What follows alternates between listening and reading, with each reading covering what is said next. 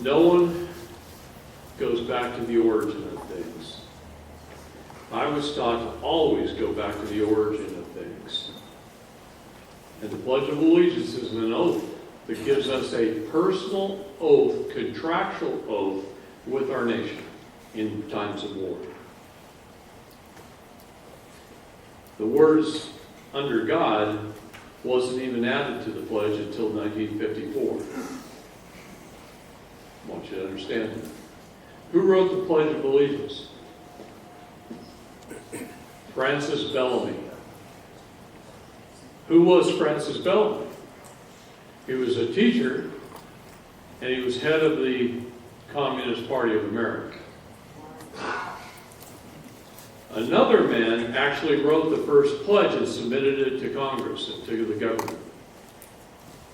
And they didn't like it. So they hired Francis Bellamy to write a pledge.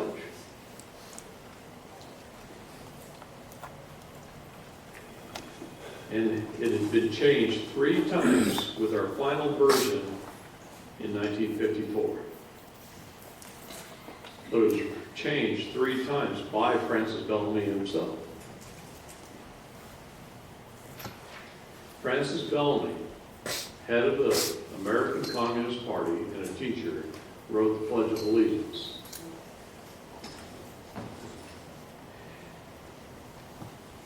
A big book burning party happened in the early 1900s where they burnt books out in front of schools all over America. That's happened several times throughout our American history. The reason it happens over and over and over again is to erase history and put another twist on it. If you want to learn real history, the way I've learned real history, you study letters and journals of people who lived during the time. And don't believe your history textbooks. I guarantee, especially since 1951, every textbook in every history class is a lie. I guarantee it. I had a teacher in one of my classes just like this, not very long ago, a couple of years ago. He was a high school teacher for quite a few years, and then he became a college history professor. And he'd been a college history professor for 20 years. And he challenged me on some of the things I was saying. I asked him if he'd ever read any history textbooks prior to 1900. I challenged him right back. And he says, "No, I haven't." I said, "Well, go find some. Call me in 6 weeks and let me know what you found." 6 weeks later, he calls me and says, "David, I haven't been able to find any history textbooks prior to 1900. I said, "Keep looking. Call me in 6 more weeks."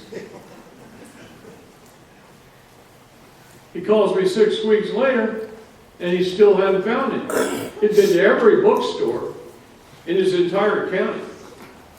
Every old bookstore. Many antique stores, and he couldn't find it. And then in August, he went to a family reunion up where the leaves turn pretty in the fall. And he was walking his dog down the street, and he found a garage sale. And in there was a box of old books that somebody pulled out of an attic. And he found 2 pre-1900 textbooks. And he called me up all excited. "David, I found 2 textbooks from before 1900. I said, "That's great. I love those old books. Did you read them?" And he said, "Yes, I did." I said, "What did you learn?" He said that everything I've been teaching my entire career was a lie. I said, "That's right. Now you get it. That's right."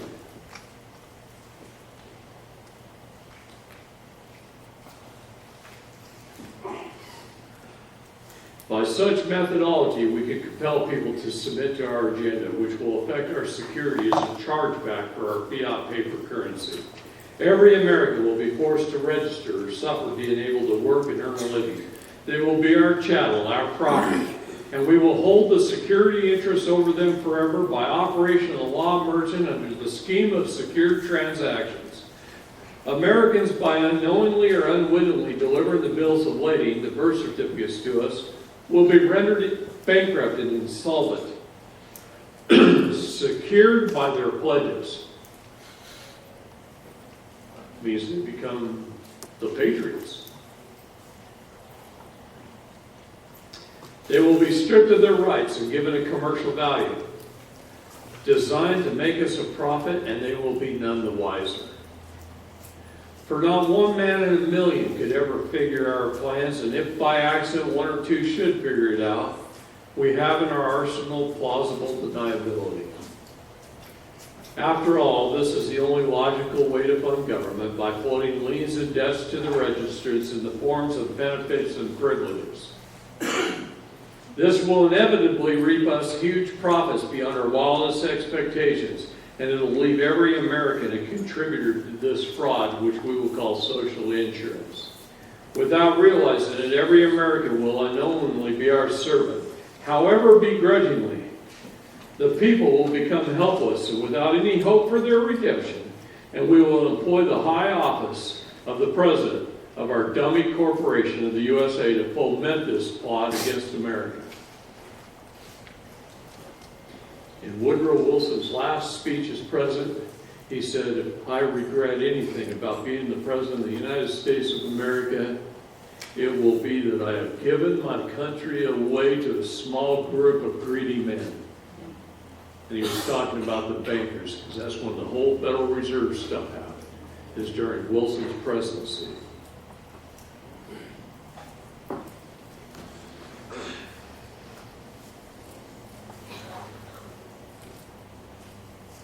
Wheeling Steel Corporation versus Fox. Therefore, the U.S. citizens are the citizens of the District of Columbia, residing in one of the states of the Union, and are classified as property and franchises of the federal government as an individual entity.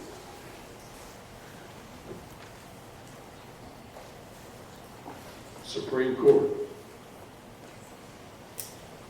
just defined what a citizen was. Chattel property. Right there. What was the name of that document? Citizen, the very word. City, C-I-T-I, is municipal. Zen is servant. Municipal servant is the same thing as a public servant. So by claiming you're a U.S. citizen, you become a public servant as a franchise of the federal government as an individual entity, and therefore subject to its rules, codes, statutes, and ordinances, which the Supreme Court says are not law. Its policies. The term resident in the law means someone there temporarily to do business. If you're a citizen, a person, and a resident, you're a slave. A person is a purser on the ship, an office of. Holding the office of person or purser. See? Claiming to be a citizen, a public servant, an employee of government, a government entity. As a resident, there's 335 million people in this country who live in Washington, D.C. That's where they're registered.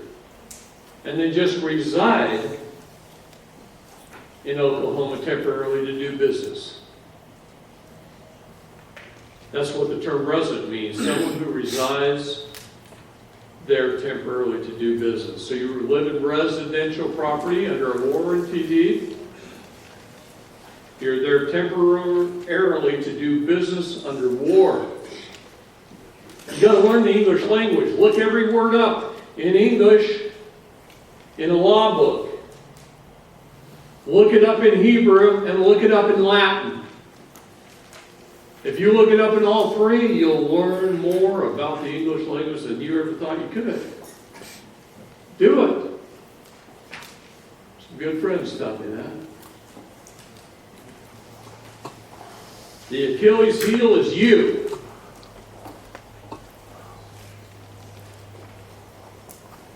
What does God say about I am? I am. But if you'll notice the words a judge says, he'll say, are you Jeff Daniels? Are you? Are you? He says something like that, you should never say, yeah, I'm Jeff Daniels. You should turn around and go,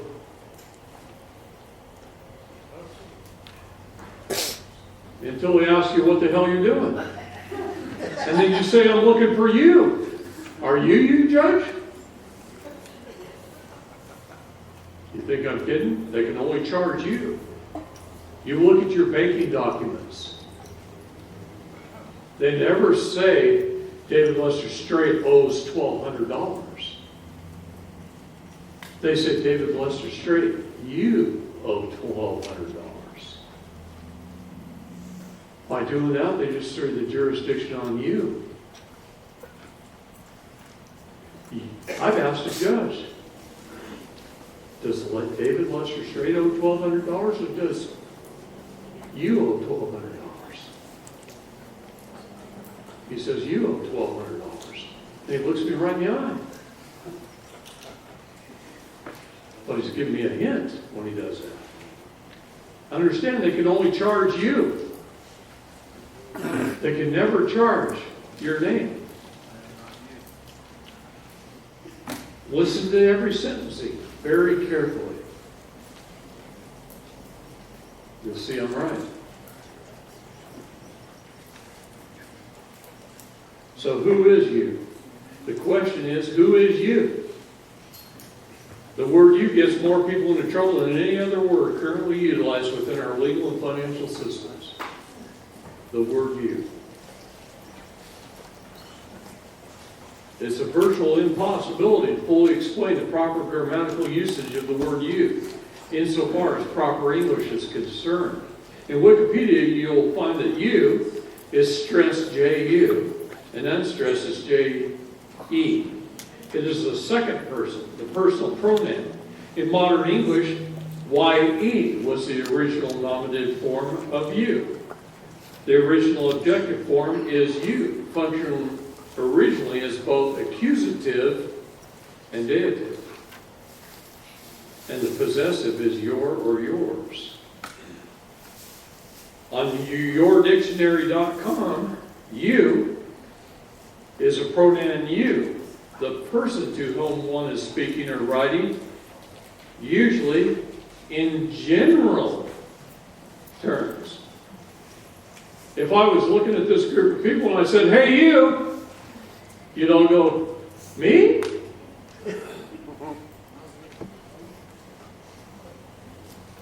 Well, what if I say, you owe me $1,200? You go, who, me? All of you will say that. You see what I mean? Who am I talking about? Which one of all you? It's a very general term. When you look at it in the law, it's even worse. Loosely, the word you is a pronoun that cannot be properly grammatically used according to the English language rules. When spoken, you is commonly heard by everyone present, as if it were being addressed to each of them individually. In a singular sense, we earnestly hear a singular inclination of the property plural expression, as in one speaking to a group and saying, I'm happy to share this with you all. So who is you? I want you to listen very carefully, pay very close attention to the word you, and how judges use it, how bankers use it. In law, the word you is properly utilized in all ordinary legal discourse when addressing the singular within the plural nature construct of a person. There's that word person again. You only applies to the person. It doesn't apply to the man or woman. This is incredible to understand. Every state statute reads, no person shall do this, or no person shall do that. No person shall. All state statutes is written for the person on the ship, the signatory. Why? Because he's responsible for the bills.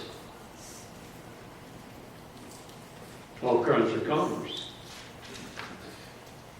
So the question of the man or the woman is, how do we settle this matter today? How much is the bill?